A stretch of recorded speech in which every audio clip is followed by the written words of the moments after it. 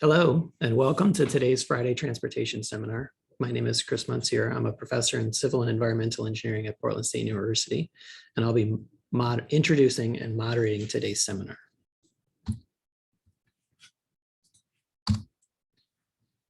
Our Friday Transportation Seminars have been a tradition since 2000. These seminars are usually held live on the Portland State University urban campus, located on the ancestral homelands of the Multnomah, Cathlamet, Clackamas, Tumwater, Watala bands of the Chinook, and the Tualatin, Kailapuya, and many other indigenous nations of the Columbia River. It is important to acknowledge that we are here because of the sacrifices forced on the indigenous nations of this place.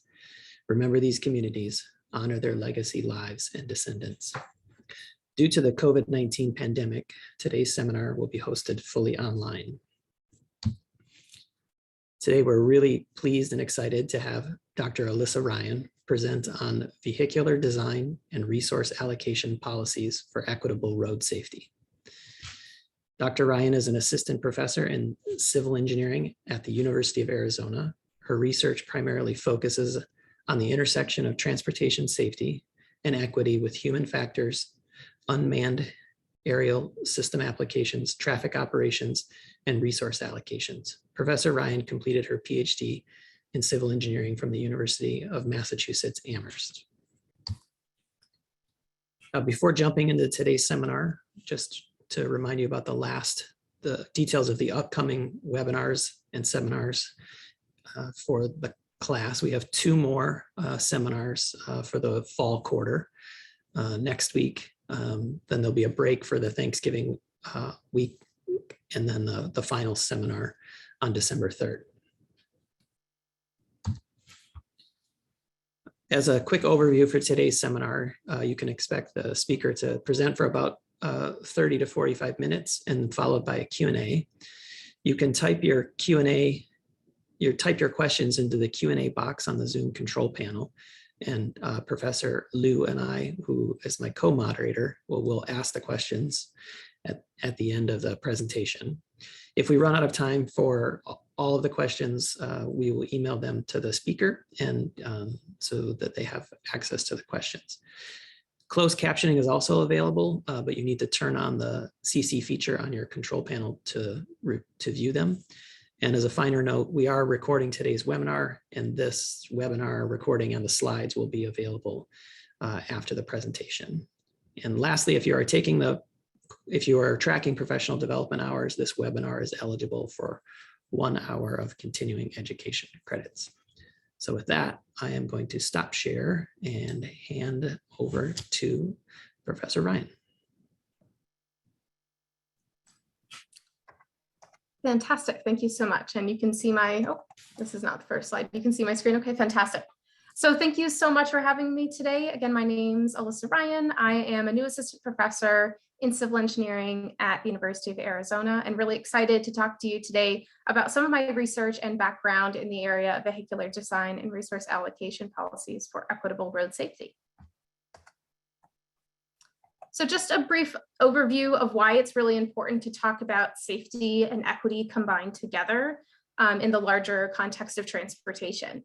So right now, literature has shown that the benefits of transportation systems are unevenly distributed. So some communities and some population groups do receive more transportation benefits than others. They all have different mobility options.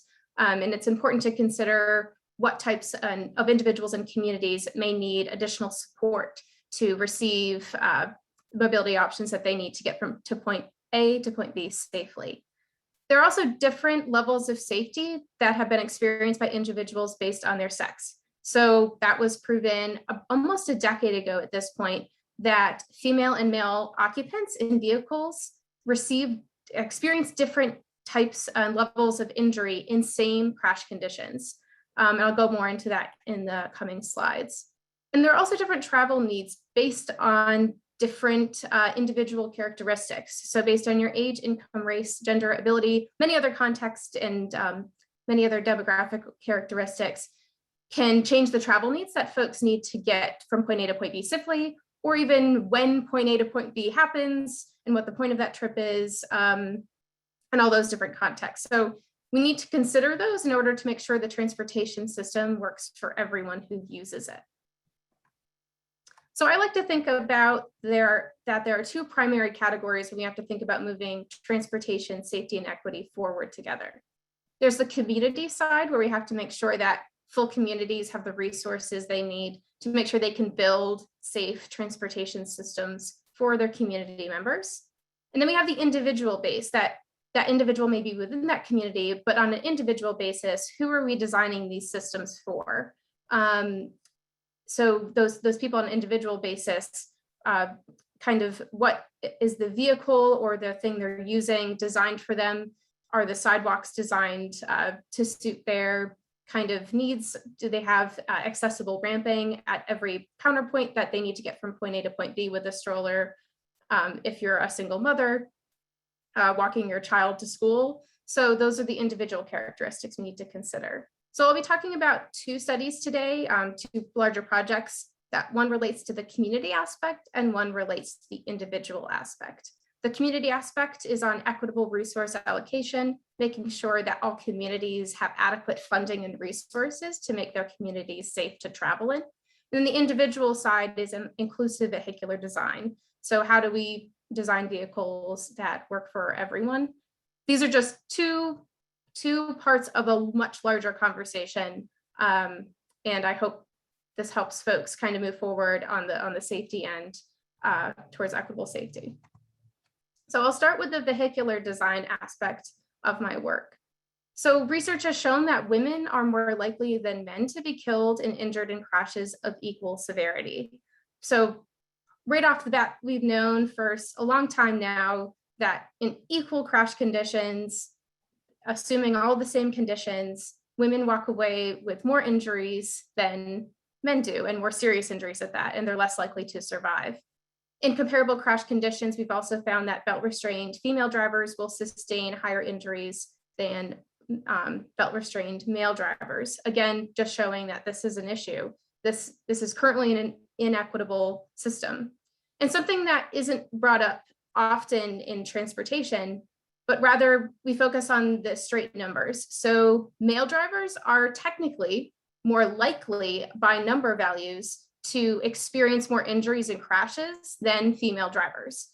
That's been shown because male drivers, some of the reasons may be because male drivers are more aggressive drivers.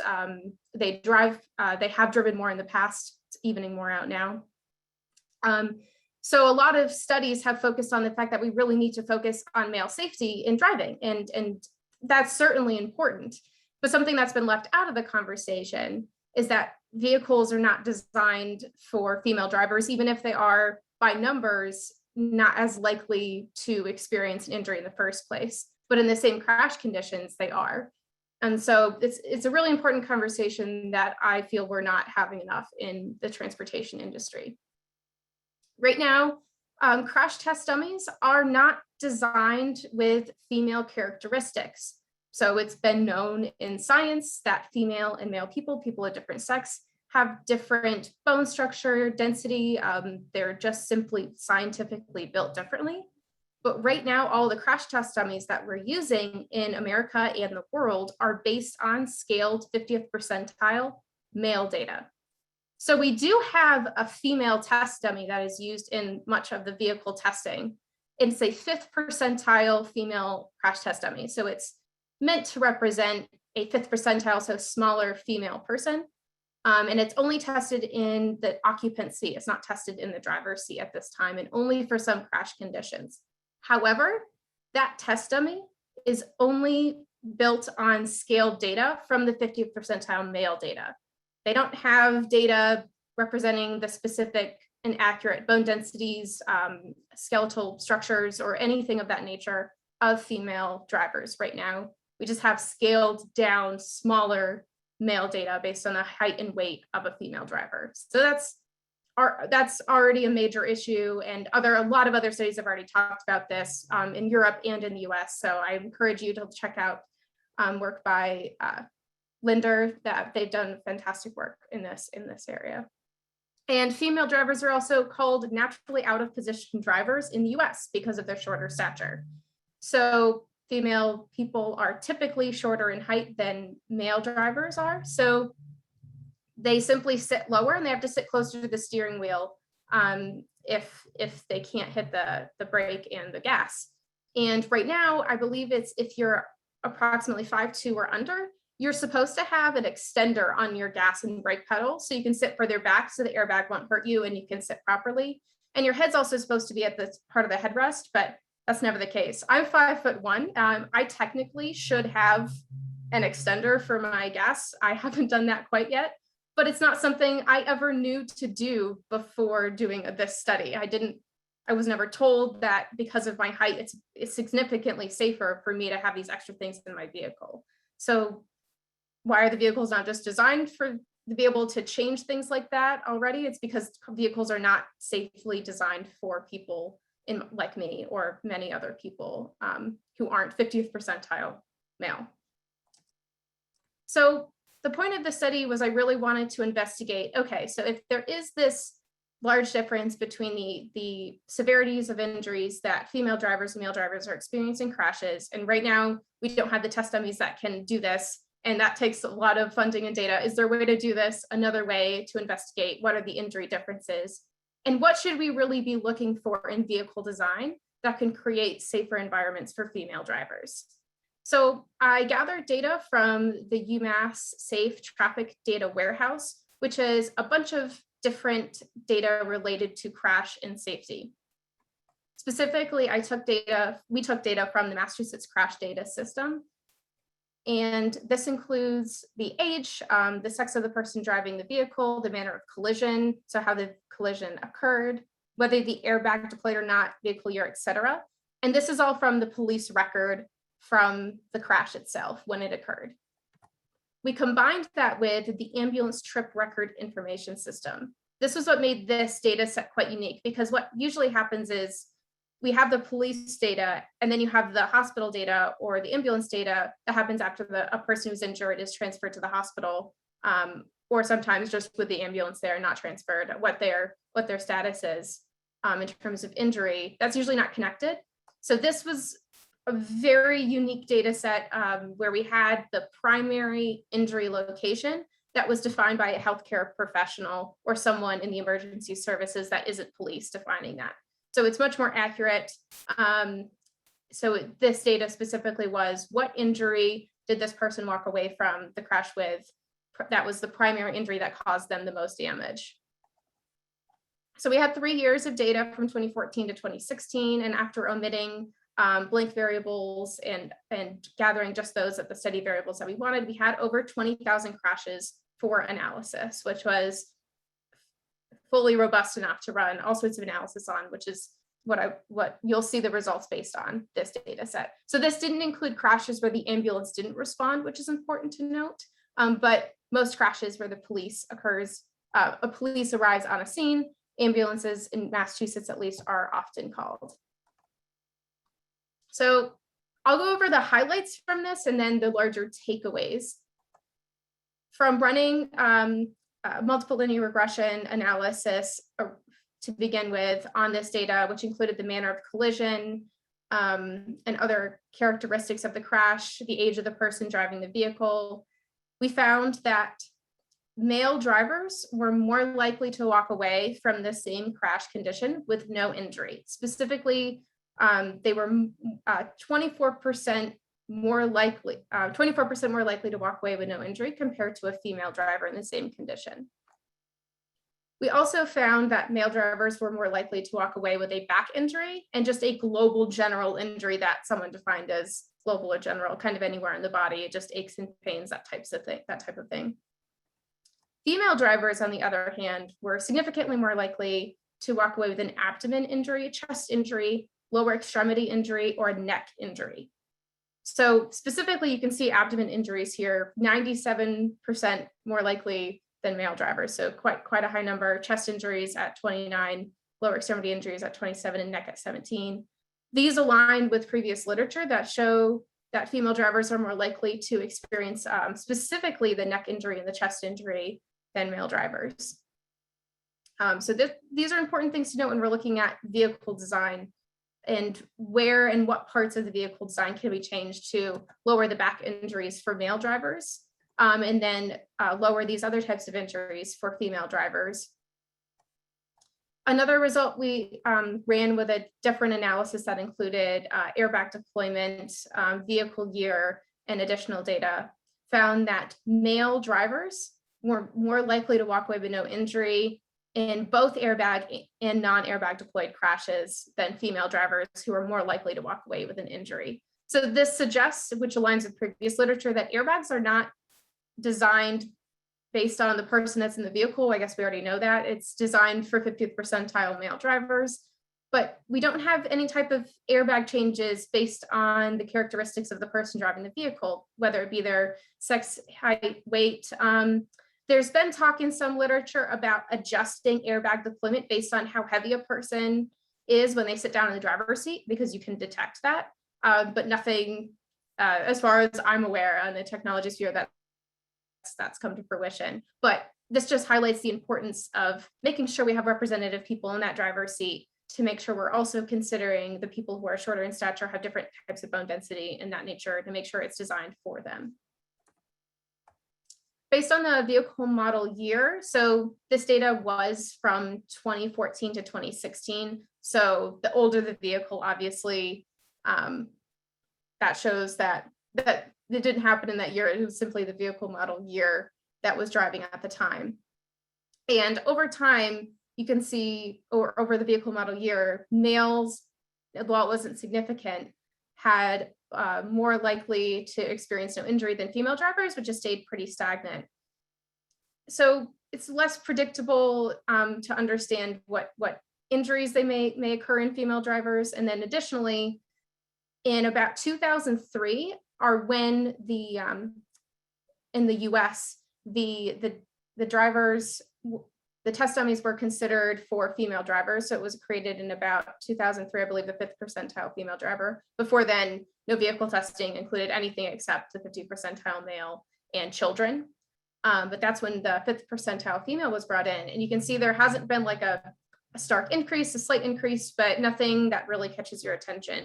So it goes to show that we need a more accurate and representative female driver for those numbers to go in the correct direction of no injury. And then finally, on the back injury, neck injury end, we found some significant relationship with vehicle model year. So for male drivers, back injuries have increased as vehicle year has increased, and neck injuries have gone down, while it's been the opposite case for female drivers. This is important to note just from a vehicle design perspective. We want to understand what about the vehicle design and the types of people who are driving these vehicles. Can we make sure we're considering the different types of injuries with that? So for back injuries, maybe we could have an adjustable type of seatbelt or headrest that fits for different heights and different body compositions and structures. And same with the neck injury. Maybe these can be alleviated for the different type of person that's sitting in the vehicle. And how it's changed over time with vehicle model year. Vehicle designs have changed significantly over the years.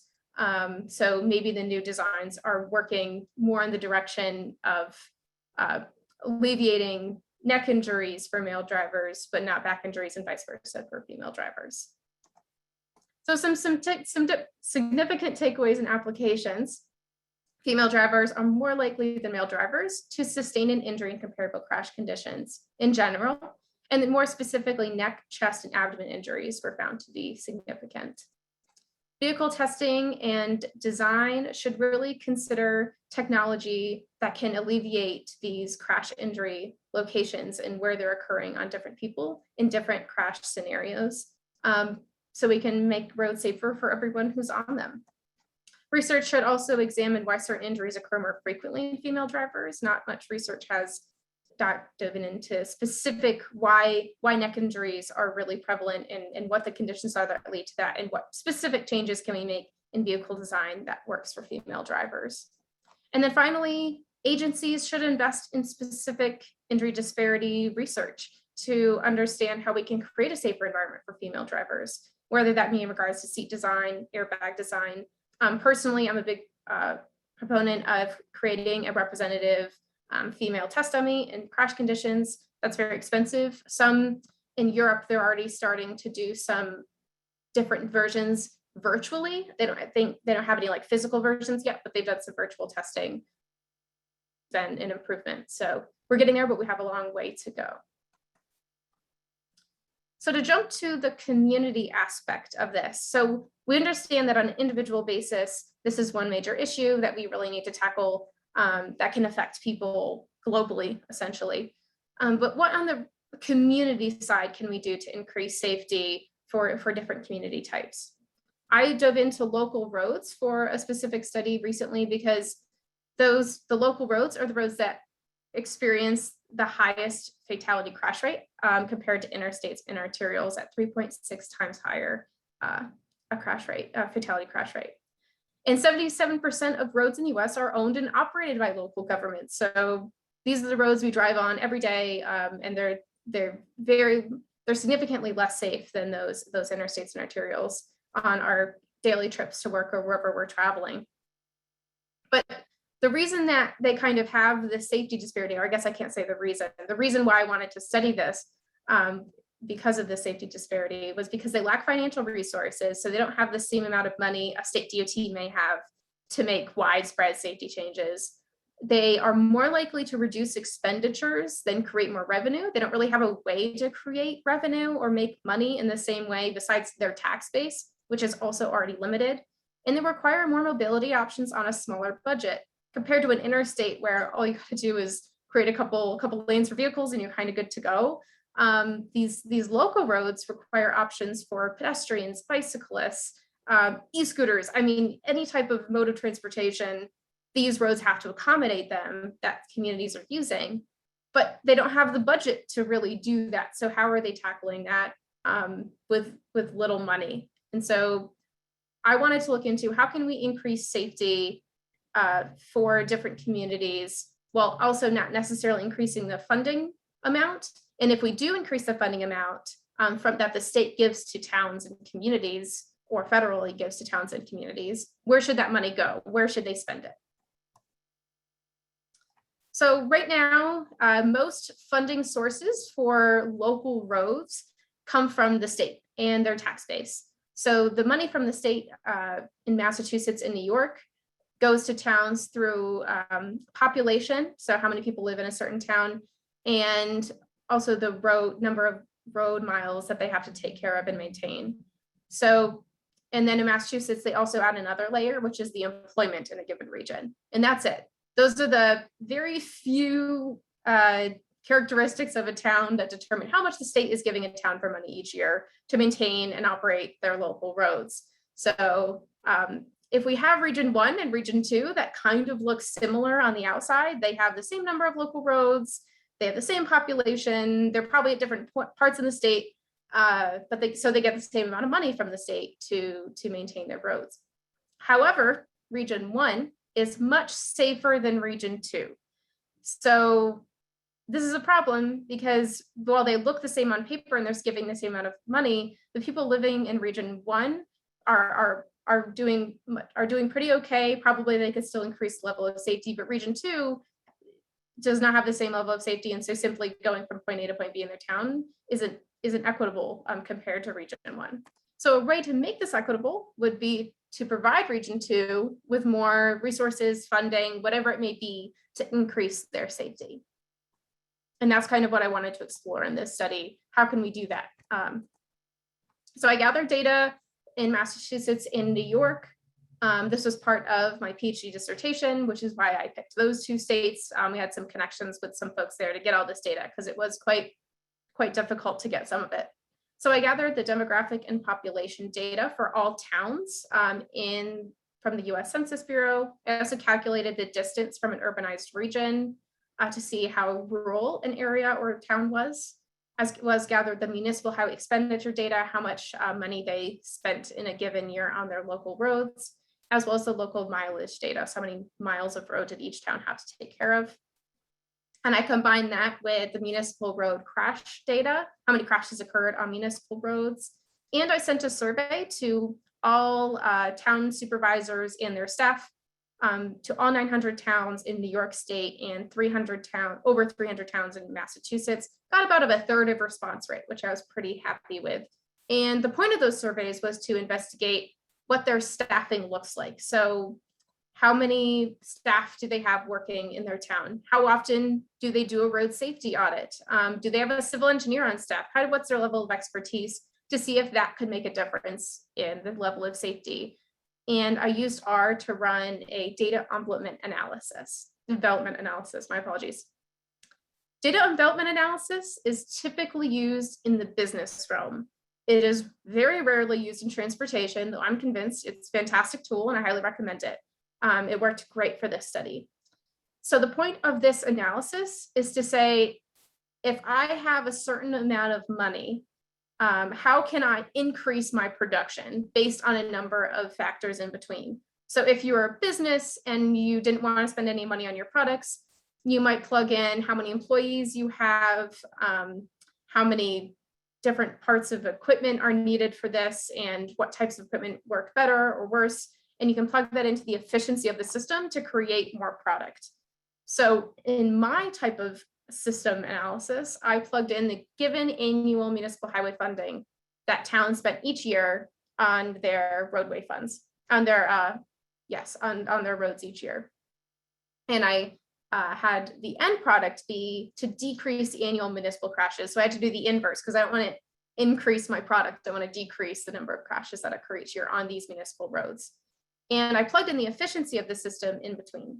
So this included the location of the town, so how rural it was, number of local lane miles they had to take care of, the population, number of local highway maintenance staff, different demographic characteristics of that community, road safety audits, number of different factors that I collected from the survey, the Census Bureau, and different characteristics of that nature. So this allowed me to see, okay, what parts of this system can be effective at decreasing this crash rate without changing the money, because money is difficult to ask for more. So if we're going to, we want to make sure it's targeted and makes sense for the communities who need it most. This is a big table. I'm not going to go and read it all, but I do want to highlight a couple things, and then I'll point you to the paper that this is in case you're interested in reading more. You can also contact me about it after. But I ran this analysis 3 different times. So once for Massachusetts, and you'll see that in New York, I actually ran it twice. And this is because there are different ways to weight different intensities of crashes. So you have property damage only crashes. These are crashes that no one was injured in. And then you have injury crashes. Sometimes those are broken up into different levels of injury. We kept it all in one just to keep it more general for this study, as those can be iffy on how they're defined between states. And then we also have fatal crashes. So I weighted each of those different types of crashes differently based on Massachusetts and New York, using different methods to see if there was difference in the results, and if it's important to consider the weighting factors of crashes before you just run and do a safety analysis like this one.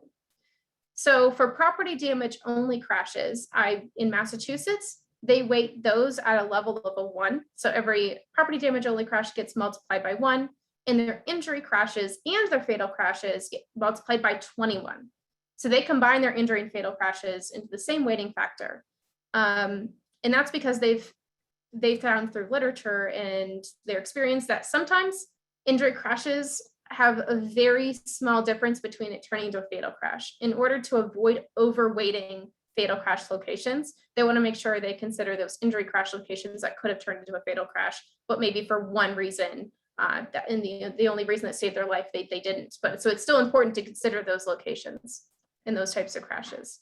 In New York, they still go by the typical cost method of equivalent property damage only crashes. So they weight crashes based on their perceived cost, monetary value. So property damage only crashes are typically less than $10,000 weighted. Injured crashes are typically around 80,000, depending on the state, and then fatal crashes are in the millions. So with that big stark difference, with the New York cost method, you're weighting fatal crashes significantly more than you're weighting with the Massachusetts newly created method. So I wanted to run, long way of saying I wanted to run this method a couple different times to see if that's important to consider, or if it really doesn't make a big difference in the final results when you're considering this type of analysis.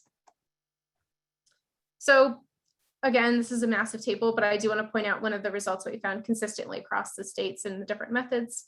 So for road safety audits, we found that since this is a positive value, it was statistically significant that road safety audits were found to be a good use of money and spending for local agencies in Massachusetts and New York. So if you're thinking of doing a road safety audit, it's probably a good use of your time and money if you're at the local level to increase safety. We found in the initial survey that most towns in Massachusetts and New York haven't done a road safety audit in the last 3 years, but those that did favored better.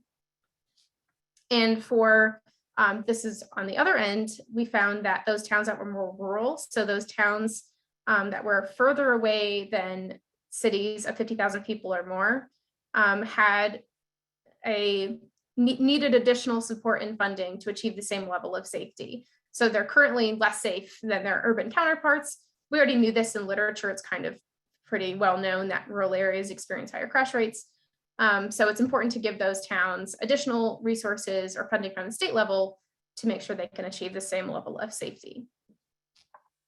So a few significant takeaways from this analysis.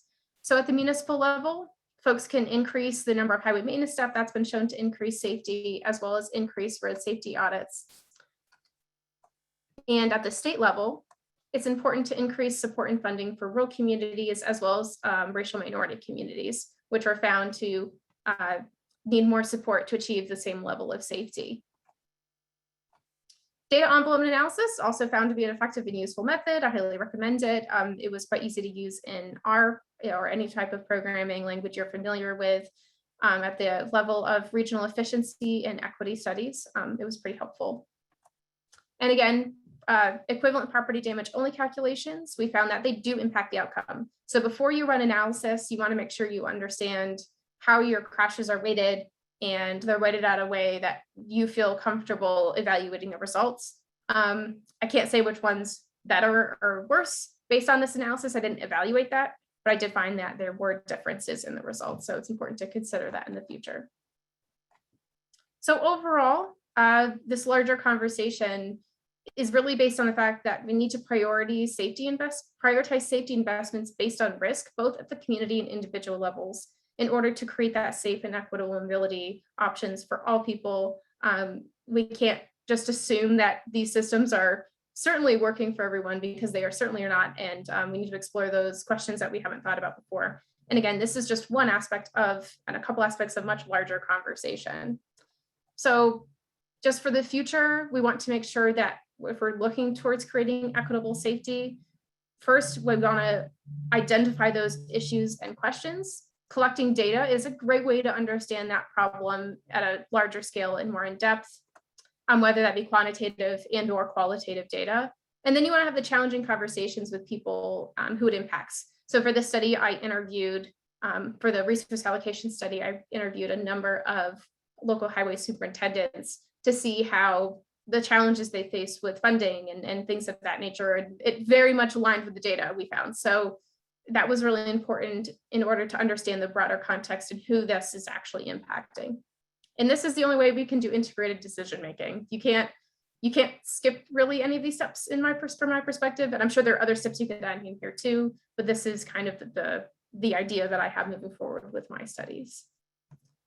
And with that, this is these are a couple of the relevant works that I mentioned and pertain to in this presentation, but I really look forward to your questions, and thank you so much for your time.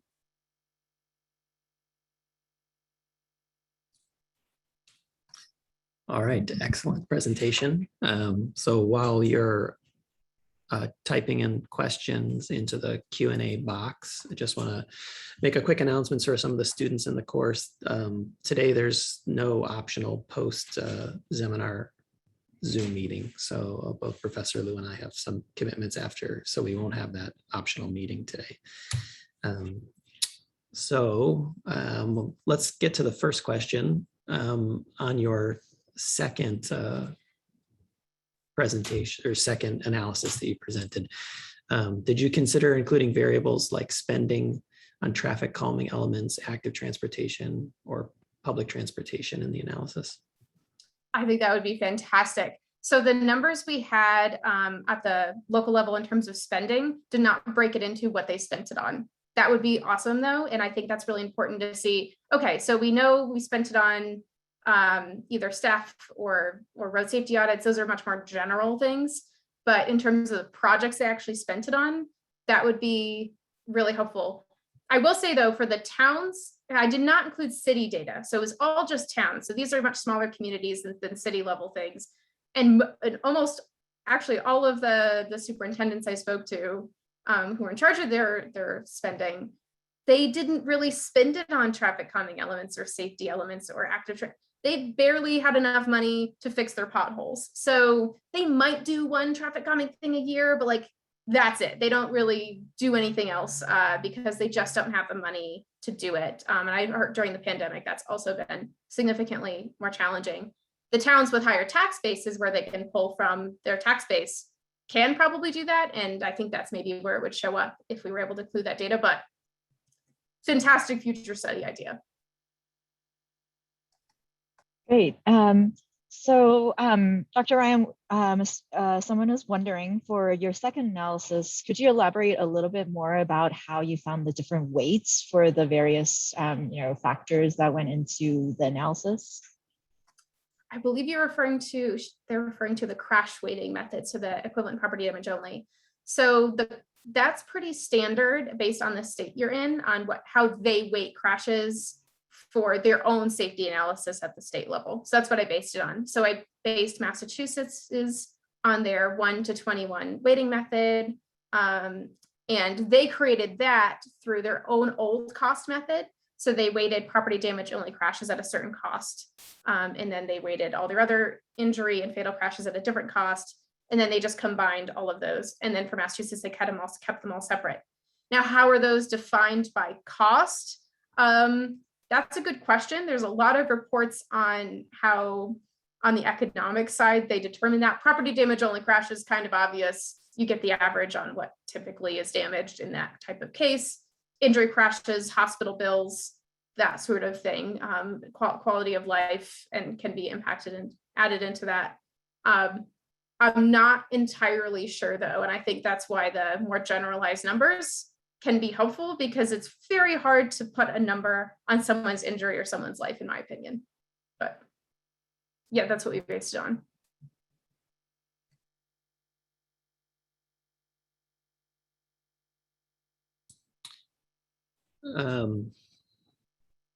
A question, did you find any current efforts or thoughts about designing cars specifically for smaller women?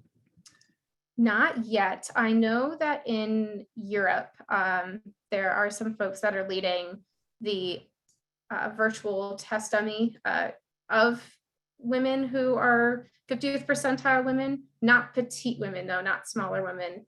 But I think that was the point originally from NHTSA to create that 5th percentile female crash dummy, to understand how these can impact female drivers who are of smaller stature. So I think their intention was pretty reasonable, that you'd probably want to design for the person who can be impacted the most, which is 5th percentile female drivers and occupants, but they just they haven't fully seen that through yet by including accurate data. In terms of like companies that are designing for petite women and cars, no, that would be awesome. I haven't seen any yet. Maybe someone else knows though, they can put it in the chat, because I would be very excited to talk to them if they're doing that. I even think just very adjustable vehicles would be fantastic, frankly. So if you can adjust where the headrest is actually behind your head, because I can seem to never do that in vehicles I'm in because of my height, or cars that can adjust to make it safer for smaller petite female occupants. Thank you.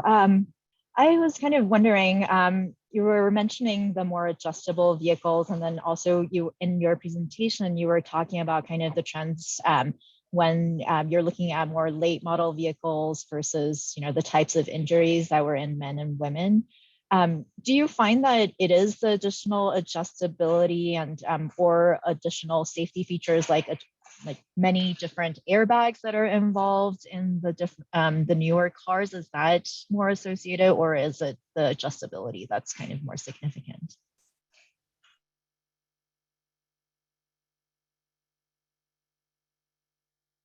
I muted myself.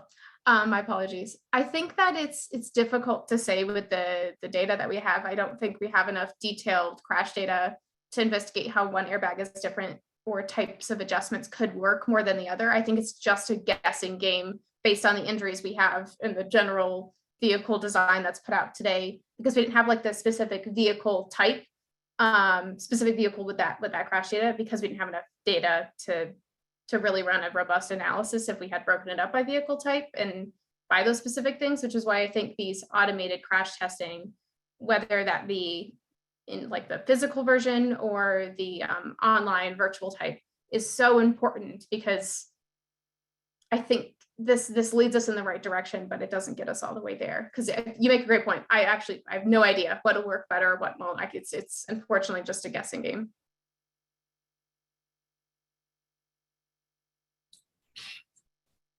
I have a question on the sort of the UMass, the safe data linkage portal data set that you were talking about. How well integrated is the crash data with the medical EMS system data? Is it like, what's the coverage, and if you know anything about how they made that happen, if you could talk to that as well. Yep, there's a separate paper written by my previous colleague, Francis Tainter, which I highly recommend checking out in the Journal of Safety Research, that was published on how that all came to be and it formed together. I wasn't as part of that process. I got to use their data and talk to them about it, but I wasn't in the process of pulling it all together. So it was only combined for those 3 years. It's not like a consistent thing that's continuously happening. And it was through an agreement with the Department of Health and Massachusetts, allowing to share them that data. And they connected it based on a number of different factors that both the ambulance trip record data and the crash data had. So like the date, the age of the person, their sex, that kind of thing. And if that all matched, whether it matched to the ambulance data, I apologize, I can't remember the match rate at the current moment. It's certainly not all of them. I know we had a lot of that did not match correctly or match enough for us to feel confident in using that data. So these 20,000 crashes are not representative of all that happened on the roadway, but they are strong enough, and we assume they're random enough to do an analysis on, and they're not biased in that certain way that some is missing for a certain reason. But yes, so it was based on an agreement with the Department of Health to investigate. They also investigated like if the time of an ambulance to the hospital can impact safety, and it does in terms of their outcome, things like that. So I was also curious, in your study on the differential outcomes of vehicle crashes by gender, whether why specifically you chose to look at male versus female instead of kind of looking at the general population kind of by either quintile of stature or other types of, body types or things like that in your study? Great point. And I will say, so we based it on, I don't want to specify, we based it on sex, not gender, because we don't have accurate gender data. And I don't think that would be as relevant based on the makeup of people. Just to clarify that some studies that talk about this issue, though, do refer to gender, kind of difficult right now, but we based ours on sex. So why we didn't include height and weight, we didn't have that data. That would be amazing. And I think we really need to, because that can be just as important as including the sex variable. I think that doesn't take away from these important characteristics if we included those, but I do think it shows the importance of including both of those characteristics plus sex because of the actual physical differences between male drivers and female drivers that we need to consider. But didn't have the data, would love to do it in the future.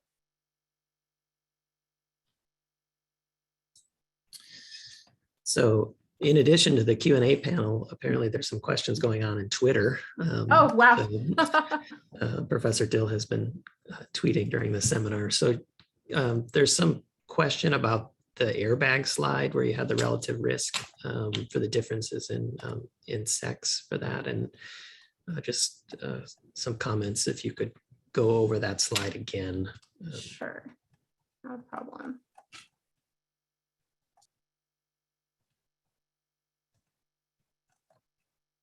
Okay, this one? Sure. So this is based on an analysis of all the crash data that included the manner of collision, so how the collision occurred, the age of the driver, the vehicle year, whether it was a truck or a passenger vehicle. So a bunch of different characteristics went into this analysis. And this result is whether a person experienced no injury in a crash, based on whether they were a female driver or a male driver. And you can see those confidence intervals shown there. And this is essentially the predicted percent that they're likely to experience or not experience in that crash. So we can see here, male drivers were about 15%. They're more likely to experience the no injury outcome than the female drivers. And it's also less known because the female drivers' confidence intervals are much larger. And that's the same for the airbag deployed crashes, though that both are further down. So they're less likely to experience no injury. And that's also probably due to, we didn't include characteristics such as speed, which would be really helpful to include, and whether the person wore a seatbelt, because we do not have accurate data on that. But that probably would play another role in how these numbers show up and why in airbag deployed crashes, you're more likely to have an injury, probably because you're going at a higher speed for your airbag to even deploy at all. I don't know if that answers the question or if there are any other thoughts on that. I think, Yes. Go ahead, Jennifer.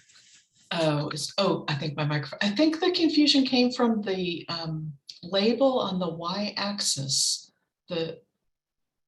Because as you describe it, it's the red and blue lines representing no injury, but the axis, I think, confused some people.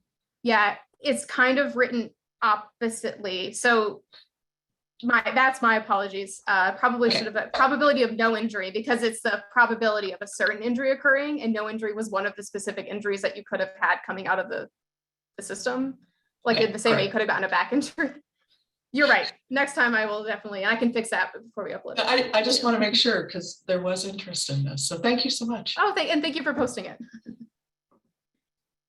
So I do have a follow-up question here. If it's the y-axis is indeed no injury.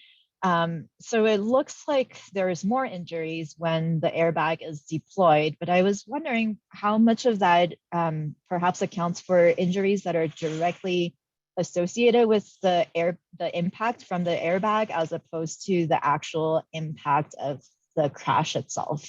Right. So I didn't analyze that, but a lot of previous studies have. So the original, I believe, studies that have been done like about 20 years ago showed that female people, or back then it was just gender. So women did have more injuries from airbags, and unfortunately fatalities from airbags. It was, I think at least over 10 people women had died because of airbag deployment. No studies I found have found that significant of one, since they've included the 5th percentile female driver in their crash testing. However, that would be extremely interesting to see what types of injuries. I mean, you can see from the chest injuries that are more significant in female drivers, as well as the lower extremity injuries that might have to do with the seatbelt, but it could very well, the neck injury could have to do with the airbag deployment. So it's hard to say, but I certainly think it could be, because it has been in the past.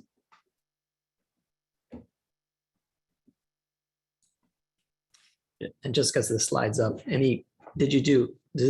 was this all crashes, head on, side swipe, sort of a whole type that was in the, so just basically It was all. Airbag, all, okay. Yeah, but I normalized that. So that's that was included in the data model. So this is general, but yeah, it's based on all of them. And I'm in my hopefully upcoming paper, it's under our second review right now in the Transport and Health Journal.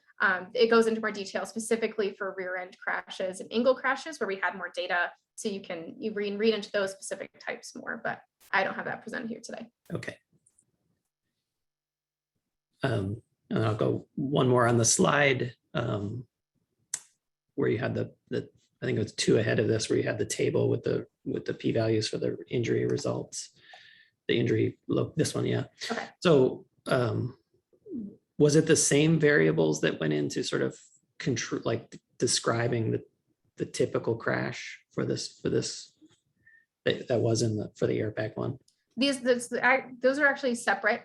So this one was more general, and then the second analysis included vehicle model year, which wasn't included in this one. So this included age, sex, manner of collision, so how the crash occurred.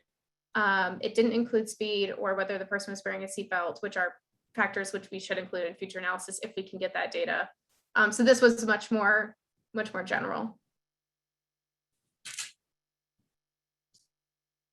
All right, so we have another question from the audience asking whether, more associated with your second analysis, whether you looked at the spending and safety equity between rural and urban areas, meaning does the money spent in urban areas produce greater safety than money spent in rural areas, or vice versa? Great question. I didn't separate it out by that. I mean, we can see the difference that being in an urban area or rural area can make, but not specifically kind of how the spending differentiates. It'd be probably a fairly easy second analysis based on the data I have to see. But overall, including all of the other factors, we were shown, and based on the literature, that rural areas do have a higher safety concern that's not being met right now.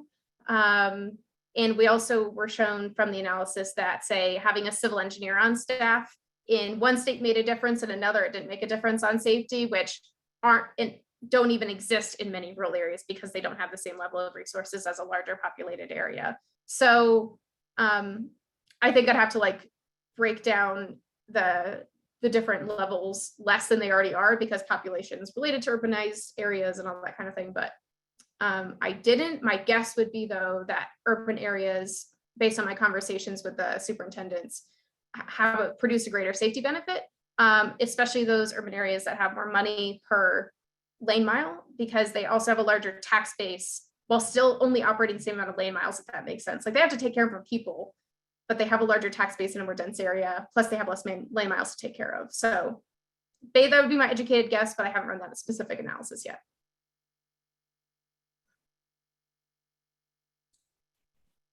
I think 2 weeks ago we had a seminar sort of on the differences in pedestrian safety for racial equity and demographics. And I think I saw in your table that you had a little bit of demographic information, but can you comment on that? Or if you could you use this analysis method to sort of explore that in a little bit more detail? So we included percent of white population, which could have been broken down into more categories in the future, for sure, as well as the population of people in a community over the age of 65. Those are the two primary, in the population, of course, those are two primary characteristics, and how rural in the region was. I think it's important to consider those characteristics. Could this analysis be used in different ways? Absolutely, that includes those characteristics. This method could be applied to any region or state that's looking to explore those options more. I'm not sure if I understood your first part of the question, though. You want to repeat that? Like, how else could it be applied, I suppose?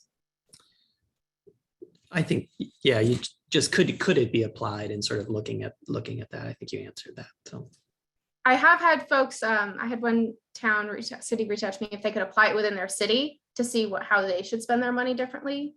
You can't exactly do the exact analysis I did for one location. You kind of need to bring in all of the different towns and compare it to other locations in order to see what you need to do to improve. But at the end, the data envelopment analysis actually does create a ranking of, here is your most efficient town or system that you put into the system. And this is like your goal town that you should be aiming for, because they had, let's say they had the least amount of money and the least amount of crashes in that specific town. Probably a lot of towns experience that are really, really, really rural and don't have anyone driving through them, or simply bad crash reporting, which I didn't talk about, but crashes are often not reported. So I think, yeah, it would be fantastic to do not just safety, but also seeing how they spent on different types of infrastructure or mobility options or transit.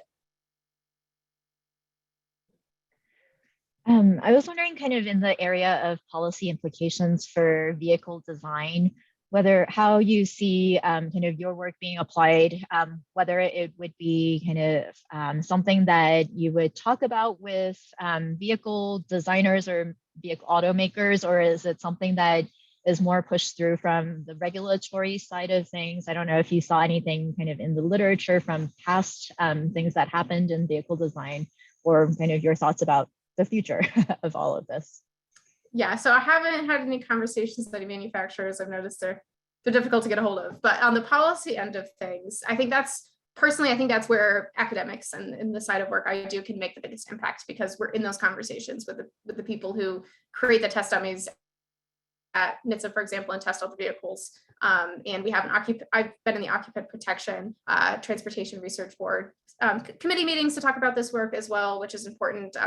Making them aware, because it's not really talked about even in the occupant protection conversations all that often, even though it's a massive disparity that's occurring. And really, I will say this is one disparity that I found. There could be disparities potentially based on race, height, weight. There's a lot larger conversation happening here, and I'm just bringing up one aspect of it that we had the data for to study. In terms of creating those policies and making a difference, I know that this is on NHTSA's radar. They published a report related to one of the first studies on occupant protection of women and older drivers in 2011. So they know that this difference happens and is in existence. In Europe, these conversations are happening. I would say that the media, even last year, if you just like type in occupant protection and women and or female drivers or anything like that, a lot of like major news outlets covered this in 2019 and 2020. So I think they're being pushed to now, even if they weren't through these smaller conversations that have been happening more on the academic side. But so far, no concrete change has been made that I've seen. But I'm also not in all those conversations daily, so my fingers are crossed. On the manufacturer side, I would hope, but I think I'm very unsure if they're having this conversation or not.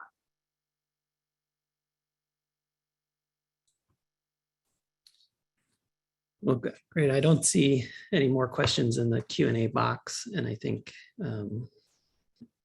we're close to the end of time. So I think want to thank you again for the excellent presentation, and best of luck starting your career at the University of Arizona. And we will be hoping to see you as a NHTSA partner. So, but if for those on the webinar, the seminar, you will get a brief survey at the end of the seminar. We'd appreciate if you took a few minutes and completed it for the feedback on the event. And with that, thank you again, Alyssa, and everybody have a great weekend. Thank you so much. Bye-bye.